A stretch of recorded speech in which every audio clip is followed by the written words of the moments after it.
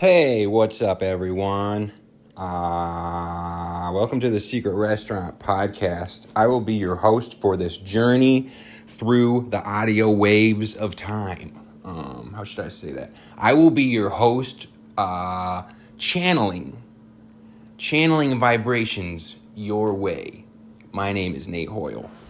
Spent a whole bunch of time today working on my website because I had one.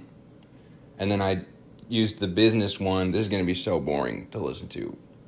Long story short, I was paying for a business plan strictly for the shop so I could sell my books on it. Then I started using eBay, and so it's way too expensive. So I quit doing the business plan, but then my whole thing ended. And so now I had to revamp it and pay for it again. Get it all set up. Get it all rocking. And, you guys rocking with this website? How many white people fucking on all across the arts all of a sudden are asking people if they are rocking with things? It's like a poem about flowers or some shit. Y'all rocking with this?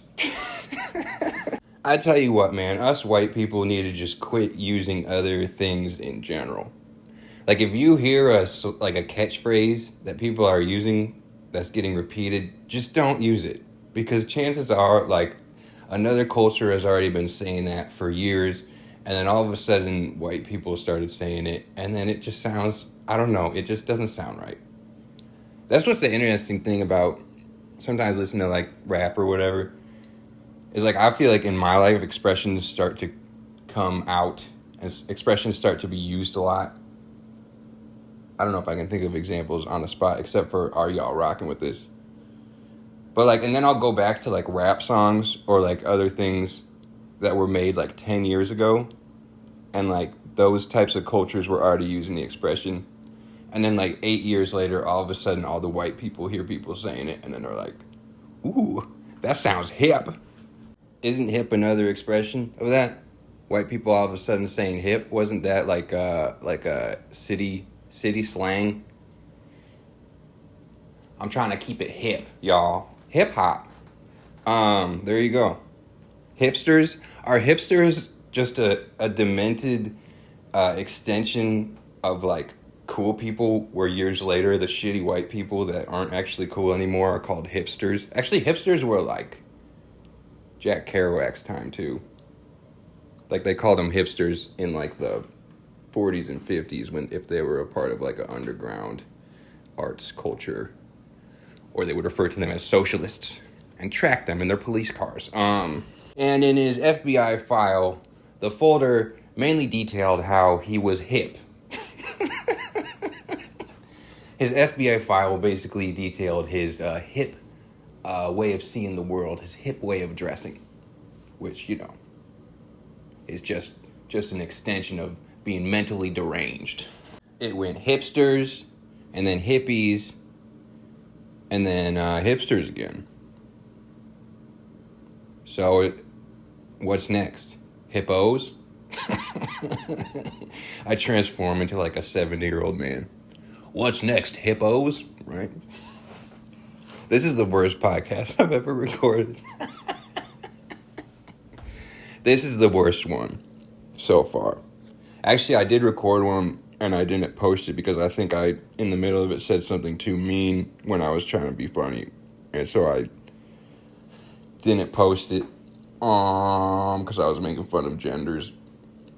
I love everyone. I feel like I sometimes make fun of other people too much because I know that they're making fun of me behind my back.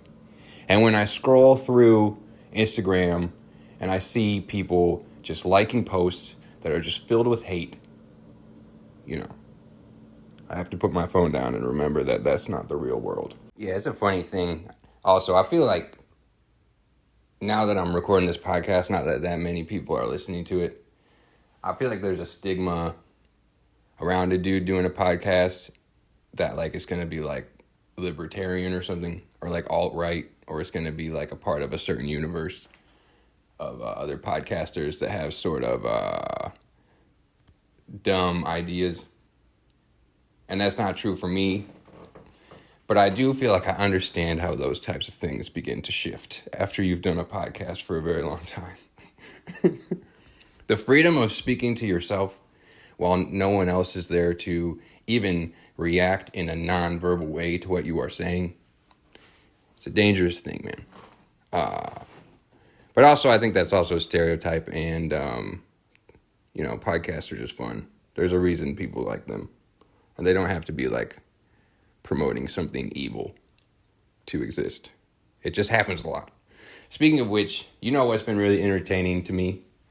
I mentioned the WTF Mark Maron podcast a while back as being a big fan of it. I think I started listening to it maybe in 2012 or 13, a while ago. Enjoyed those interviews, and as many people probably know, he is ending the podcast. He's having his last episode, or maybe he already had it. But the funniest thing to me is every time I get on YouTube, Mark Maron is on a different other podcast. I don't know if it's supposed to be a joke or if it's just happening, but it seems like he ended his podcast and now he's going on every single podcast. I could almost see it edited of a short series of clips of him spiraling as he does too many podcasts, and he's all across the internet for a short period of time, just talking about ending a podcast. It's very funny. But anyway, today I was working on my website. I tell you what, man, I was using WordPress, and anytime I thought that I learned how to do something, I would immediately forget how to do it. I would figure out how to do chapters or whatever for the pages, and then I would figure out how to do it, and then within a matter of seconds I would forget what I did to do it. So it took me a while. I wanted to have a website that was not, it didn't just look kind of plain with words. I wanted to have something more focused on, it looks like something more modern. Because my old one was basically just a list of my publications. And I think the only picture I had was with my author bio. So I'm getting it together. Right now, my different pages are the homepage, an abridged list of publications, which I mostly just did newer ones within the last 2 years, maybe. And then a link to the podcast with embedded podcast episodes. And then I was able to figure out how to embed my book or two of my books so that you can click buy right on the website. So that is natehoil.com. Natehoil.com. And it's good to be back. It's great to be back. I think what kind of sparked it, what kind of made me go through the huge effort, is that I feel like I was putting it off, but with all this stuff about SEO content, I'm learning all this stuff about how to put stuff online, how to market online. And I'm kind of well, why am I just doing this for other people when really I'm neglecting the fact that it's a tool that you can use for yourself. But also, I'm a sporadic person, and if I don't feel honest or excited doing something, then I don't really, I struggle to follow through with it, at least in my own kind of stuff. If it's something that's going to be with my name on it, if I don't feel excited the whole process through, I don't really see the point. If I'm doing something for a client, it's different, but all that's to say, I do think I can get creative with the website. I need to set it up where you can sign up for a newsletter, and then I know how to do blog posts and stuff, and I'm kind of at the point where I have all this stuff. I could start self-publishing more. Not that I don't do that obsessively already, but I've got some plans. It's not just going to be a website to link to other websites like it used to be. I want to make a thing that's actually a living, breathing entity on the interweb. Natehoil.com. Go check it out. Let me know if you are rolling with it. Right? So strategically, of course, it seems that a lot of the Adam Sandler movies were taken off of streaming. I wanted to show my mom Uncut Gems because she's never seen it. she's a big movie person. That surprised me. I mean, it's not exactly her number one style of movie, but I feel like that's a great movie in general. Classic movie.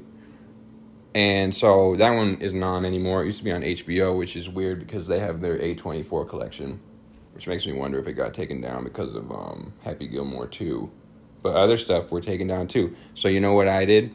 I went to Goodwill, and I went to their DVD section, and I went through all the DVDs, which were $2 each, and I found 3 Adam Sandler ones.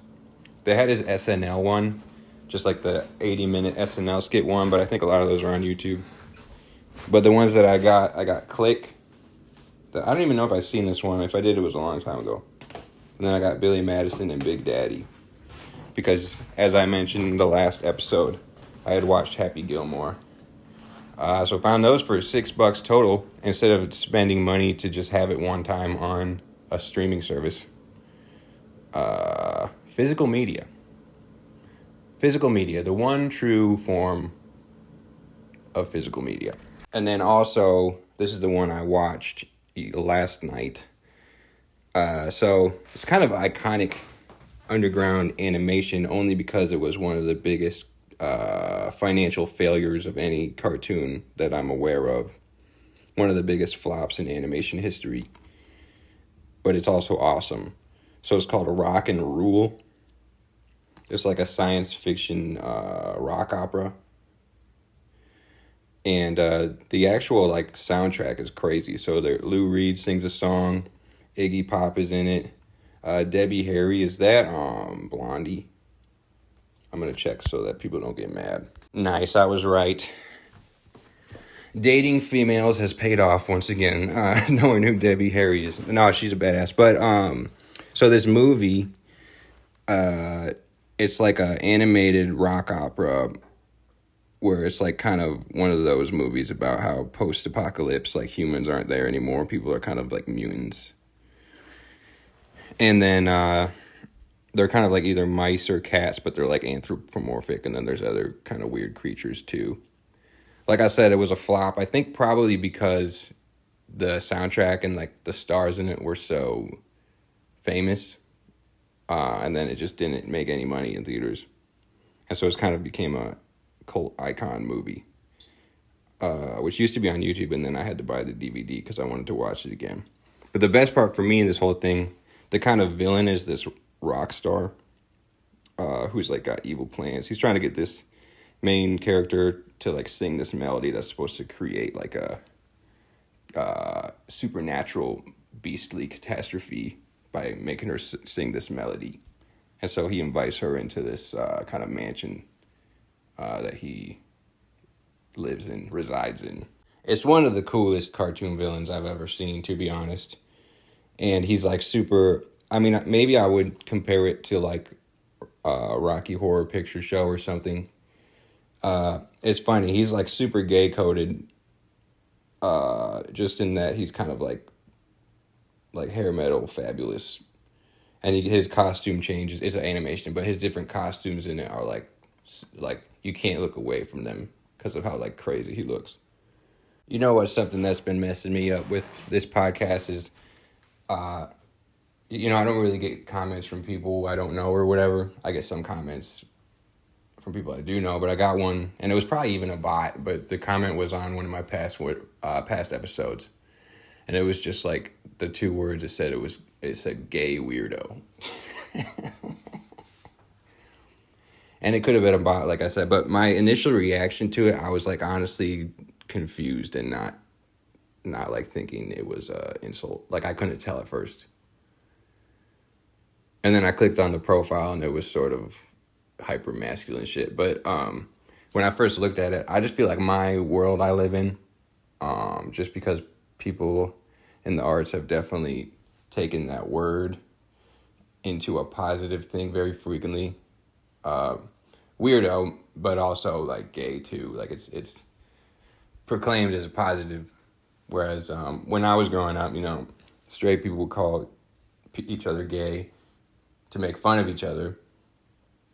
And now, gay people keep on calling me gay.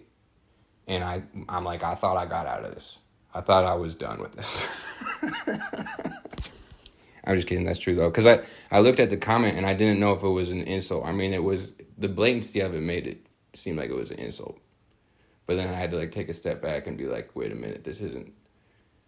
I've seen this in so many different contexts. I didn't particularly like the comment. This is just a story about how the times are changing. The times they are changing. Bob Dylan.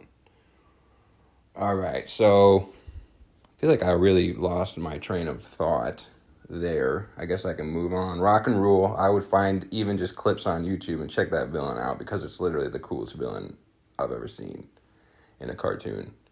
And he's got like different costumes. And you can't look away from him. Maybe the reclaiming of gay or whatever has made the problem of the gay-coded villain disappear. Now it's not a problem. Now it's just like, yeah, there probably are gay villains. There are probably plenty of gay villains out there. And they deserve to be represented just like the toxic men. The toxic males. I guess gay people can still be toxic males. You never thought about that, did ya? My favorite thing about recording this podcast is that although no one really listens to it, you really only need one person to listen to it who gets pissed off at what you say. And then the whole thing becomes pointless. And you never should have posted it. And you never will post again. And you'll take your website down, take all your books off Amazon, change your name, and go elsewhere. For a very long time. Ooh, I thought of something else I could talk about. Revisited the rap group Atmosphere. Minneapolis, Twin Cities' own Atmosphere rap duo. And last night I listened to their debut album, Overcast. It's a great record. And I did not realize that actually there was another member in Atmosphere at the time of that first album. Although he doesn't say a lot in it. He's more like to accentuate verses, and there is some back and forth stuff. But I didn't even actually realize that he was a member of Atmosphere until I was reading the Wikipedia last night while listening to it.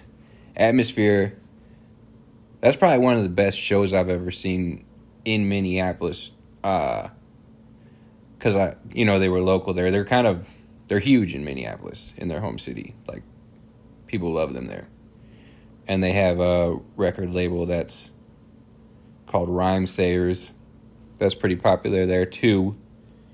But my story is that I went to their festival called Soundset that they kind of host, a rap festival. And when I saw them perform there, I swear to God, this was back when I was smoking weed. And I had a joint that I snuck in. I'm not going to tell you how. It's not what you think. But I don't want to give away the secrets. So I got it in there, smoked the first half, and then there was kind of a lull between acts, and so I literally take it out again to smoke the second half, and I literally put the lighter up to it, lit it up, breathed in, and then I swear to God, the second I breathed in the smoke, the first beat dropped for Atmosphere.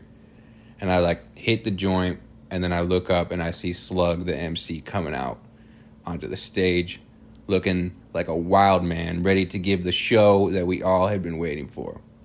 It was like a perfect moment. I know that sounds corny, but it really was. And they put on a great show, especially because everybody knew every single song. Lots of people knew all the lyrics. They're like worship there. Anyway, went back and listened to their Overcast album. Really cool album. Probably the more gritty of the Atmosphere records. And you can tell it's early on in their sound, where it's more kind of 90s boom bap, before they probably got more focused on like themes and melodies and songwriting. That it's mostly just bars. So that's a good one. All right. Talked about a movie. Talked about an album. And I talked about myself. And I think that pretty much settles it. So I hope that you have a pleasant day today. And a pleasant day tomorrow, too. And then we'll just go from there. All right, I'll talk to you guys soon.